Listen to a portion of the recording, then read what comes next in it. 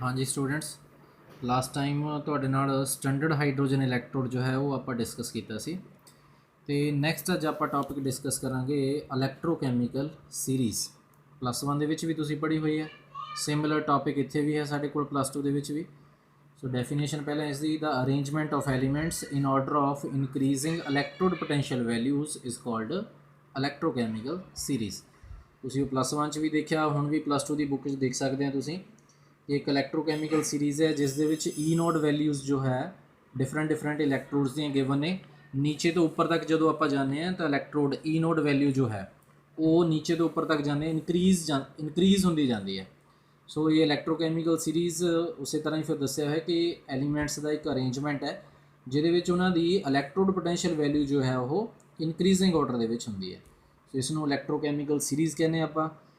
तो इस दे विच काफ़ी सारे एलीमेंट्स ने जिन्हां दी ई नोड वैल्यू जो है वो सानू याद होनी चाहिए है, क्योंकि उस ते बेस्ड नमैरिकल्स भी आते हैं तो होर भी क्वेश्चन भी आते हैं उस ते बेस्ड। अगे जाके प्लस 1 च भी कुछ क्वेश्चन जिहड़े आ तुसीं डिस्कस कीते सी, जिवें एक क्वेश्चन सी कि can we store copper sulphate solution in zinc vessel और नॉट, इस तरह के क्वेश्चन। सो उहदे लई ये ई नोड वैल्यूज़ जो ने इलैक्ट्रोड पोटैंशियल वैल्यूज़ वो याद होनियां चाहिए, जो कि इलैक्ट्रोकैमिकल सीरीज़ दे विच ही सानू गिवन होंदियां ने।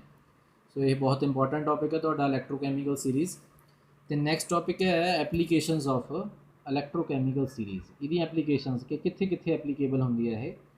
तो सब तो पहली एप्लीकेशन है relative strengths of oxidising and reducing agent. ये इलैक्ट्रोकैमिकल सीरीज़ की हैल्प के नाल आपां ऑक्सीडाइजिंग या रिड्यूसिंग एजेंट्स की स्ट्रेंथ पता कर सकते हैं कि किहड़ा एलीमेंट जो है वो ऑक्सीडाइजिंग एजेंट है, किहड़ा रिड्यूसिंग एजेंट है। सो जेकर तुसीं नज़र मारो इलैक्ट्रोकैमिकल सीरीज़ ਦੇ ਵਿੱਚ ਤਾਂ ਤੁਸੀਂ देख सकते हैं सब तो नीचे जो है वो ਲੀਥੀਅਮ इलैक्ट्रोड है।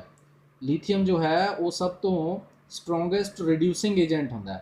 मीनस ਲੀਥੀਅਮ जो है उसकी इलैक्ट्रॉन रिलीज़ करने की जो टेंडेंसी है वो सब तो ज़्यादा होंदी है तो वो ई नोड वैल्यू जो है वो सब तो घट है।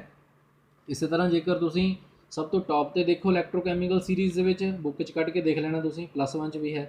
तो सब तो उपर आंदा है फ्लोरीन।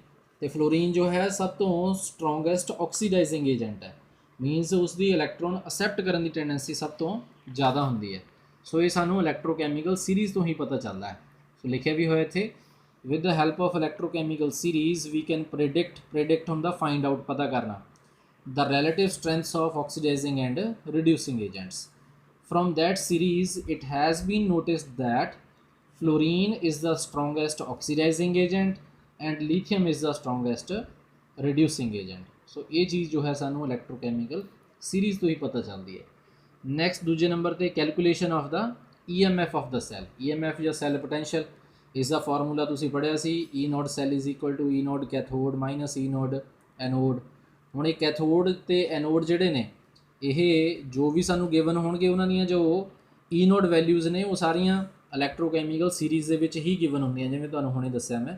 ਸੋ ਉੱਥੋਂ ਹੀ ਆਪਾਂ ਉਹ ਵੈਲਿਊਜ਼ ਫਿਰ ਫਿਲ ਕਰਕੇ ਇਹਦੇ ਵਿੱਚ EMF ਜਾਂ ਇਲੈਕਟ੍ਰੋਡ ਪੋਟੈਂਸ਼ੀਅਲ ਵੈਲਿਊ ਜੋ ਹੈ ਸੈੱਲ ਦੀ ਉਹ ਆਪਾਂ ਪਤਾ ਕਰ ਸਕਦੇ ਹਾਂ।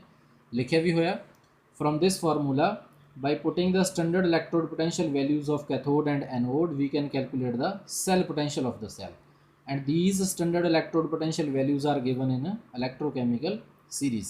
Hence with the help of electrochemical series we can calculate the EMF or cell potential of the cell. Next third application है predicting the feasibility of the reaction.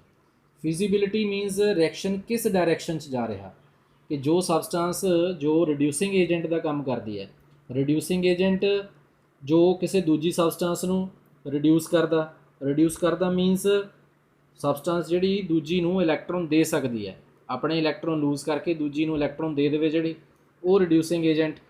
ਸੋ ਜੋ सबस्टांस रिड्यूसिंग एजेंट है क्या वो रिड्यूसिंग एजेंट का काम कर रही है, ਜਾਂ ਜਿਹੜੀ सबस्टांस ऑक्सीडाइजिंग एजेंट है ਜਿਹਦੀ ਇਲੈਕਟ੍ਰੋਨ ਗੇਨ ਕਰਨ ਦੀ ਸਮਰੱਥ ਹੈ, क्या वो सबस्टांस इलैक्ट्रॉन गेन कर रही है। सो ਉਹਨੂੰ ਫਿਜ਼ੀਬਿਲਿਟੀ ਕਹਿ ਦਿੰਦੇ ਆਪਾਂ ਕਿ ਰਿਐਕਸ਼ਨ ਦੇ ਵਿੱਚ ਦੇਖਣਾ ਕਿ ਜਿਵੇਂ ਰਿਐਕਸ਼ਨ ਹੋਣਾ ਚਾਹੀਦਾ ਕਿਆ ਉਸ ਅਕੋਰਡਿੰਗ ਹੋ ਰਿਹਾ ਜਾਂ ਨਹੀਂ। ਸੋ ਇਹ ਵੀ ਸਾਨੂੰ ਇਲੈਕਟ੍ਰੋਕੈਮੀਕਲ ਸੀਰੀਜ਼ ਤੋਂ ਹੀ ਪਤਾ ਚੱਲਦਾ ਹੈ ਕਿ ਜੇਕਰ ਤਾਂ ਈ ਨੋਡ ਵੈਲਿਊ ਜ਼ਿਆਦਾ ਹੈ ਤਾਂ ਇਟ ਮੀਨਸ ਉਹ ਸਬਸਟੈਂਸ ਜੋ ਹੈ ਉਹ ਆਕਸੀਡਾਈਜ਼ਿੰਗ ਏਜੰਟ ਹੈ, ਉਹਨੇ ਇਲੈਕਟ੍ਰੋਨ ਗੇਨ ਕਰਨੇ ਆ। ਤੇ ਜੇ ਈ ਨੋਡ ਵੈਲਿਊ ਘੱਟ ਹੈ ਤਾਂ ਇਹਦਾ ਮਤਲਬ ਉਹ ਸਬਸਟੈਂਸ ਰਿਡਿਊਸਿੰਗ ਏਜੰਟ ਹੈ, ਉਹਨੇ ਇਲੈਕਟ੍ਰੋਨ ਲੂਜ਼ ਕਰਨੇ ਆ।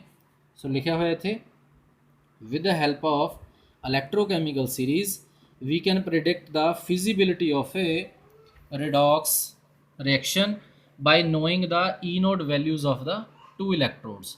कि दोनों इलैक्ट्रोड्स ਦੀ E node वैल्यू देख के ਆਪਾਂ ਦੱਸ ਸਕਦੇ ਹਾਂ ਕਿ ਰਿਐਕਸ਼ਨ ਫੀਜ਼ੀਬਲ ਹੈ ਜਾਂ ਨਹੀਂ। क्या ਜਿਹੜੀ ਸਬਸਟੈਂਸ ਦੀ ਇਲੈਕਟ੍ਰੋਨ ਲੂਜ਼ ਕਰਨ ਦੀ ਸਮਰੱਥ ਹੈ क्या ਉਹ ਲੂਜ਼ ਕਰ ਰਹੀ ਹੈ। क्या ਜਿਸ ਸਬਸਟੈਂਸ ਦੀ ਇਲੈਕਟ੍ਰੋਨ ਗੇਨ ਕਰਨ ਦੀ ਸਮਰੱਥ ਹੈ क्या ਉਹ ਇਲੈਕਟ੍ਰੋਨ ਗੇਨ ਕਰ ਰਹੀ ਹੈ। ਜਿਵੇਂ ਆ ਜਿਹੜਾ ਤੁਸੀਂ ਜ਼ਿੰਕ ਕਾਪਰ ਇਲੈਕਟ੍ਰੋਕੈਮੀਕਲ ਸੈੱਲ ਕੀਤਾ ਉਹਦੇ 'ਚ ਜ਼ਿੰਕ ਦੀ ਇਲੈਕਟ੍ਰੋਡ ਪੋਟੈਂਸ਼ੀਅਲ ਵੈਲਿਊ ਘੱਟ ਹੁੰਦੀ ਹੈ ਤਾਂ it means zinc electron lose ਕਰਦੀ ਹੈ। ਕਾਪਰ ਦੀ ਇਲੈਕਟ੍ਰੋਡ ਪੋਟੈਂਸ਼ੀਅਲ ਵੈਲਿਊ ਜ਼ਿਆਦਾ ਹੁੰਦੀ ਹੈ ਤਾਂ ਕਾਪਰ ਉੱਥੇ ਇਲੈਕਟ੍ਰੋਨ ਗੇਨ ਕਰ ਰਹੀ ਹੁੰਦੀ ਹੈ।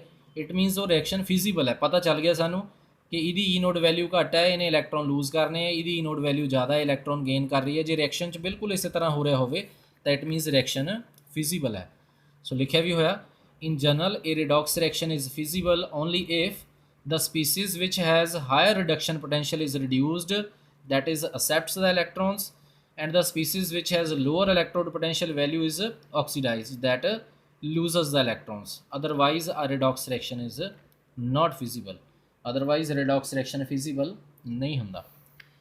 so next लास्ट जो है फोर्थ ਦੀ application to predict whether a metal can liberate hydrogen from acid और नॉट। ये भी पता करना कि कोई मैटल जो है वो हाइड्रोजन लिबरेट कर सकता, हाइड्रोजन के कोलों इलैक्ट्रॉन जो है वो लूज़ कर सकता, या हाइड्रोजन जो है उन्होंने बाहर कढ़ सकता या नहीं कढ़ सकता किसी एसिड के विचों। तो ये भी जो है ये इलैक्ट्रोकैमिकल सीरीज़ तो ही पता चलता है, क्योंकि जो हाइड्रोजन है इसकी तुसी पढ़िया स्टैंडर्ड हाइड्रोजन इलैक्ट्रोड इसकी जो ई नोट वैल्यू है 0 होंगी है। सो जेकर ई नोट वैल्यू जो है वो पॉजिटिव च हो जाए मीनस हाइड्रोजन तो ज़्यादा हो जानी है, तो फिर हाइड्रोजन जो है वो लिबरेट नहीं किया जा सकता एसिड के द्वारा। बट जेडे मैटल्स एक्टिव मैटल होंगे जिन्हों की ई नोट वैल्यू घट है वो जोड़े है वो हाइड्रोजन लिबरेट कर सकते हैं। सो लिखा भी होया with the help of electrochemical series we can predict whether a metal can liberate hydrogen from the acid और नॉट। कि कोई मैटल हाइड्रोजन के कोलों एसिड एसिड के कोलों हाइड्रोजन लै सकता या नहीं लै सकता।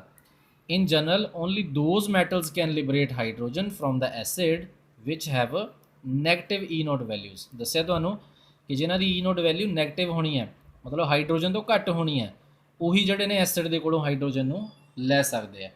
जिवें साडे कोल मैटल्स हैगे है, जिवें आयरन हो गया, क्रोमियम है, जिंक है, मैंगनीज़ है, एलमीनीयम हो गया, सोडियम है, कैल्शियम हो गया, बेरीयम, ये सारे जिहड़े ने ये एसिड के कोलों हाइड्रोजन एक्सैप्ट कर सकते हैं, क्योंकि इन्हां दी ई नोट वैल्यूज़ जो है हाइड्रोजन तो वो घट होंदी है। सो ये ने 4 एप्लीकेशन साडे कोल इलैक्ट्रोकैमिकल सीरीज़ दियां।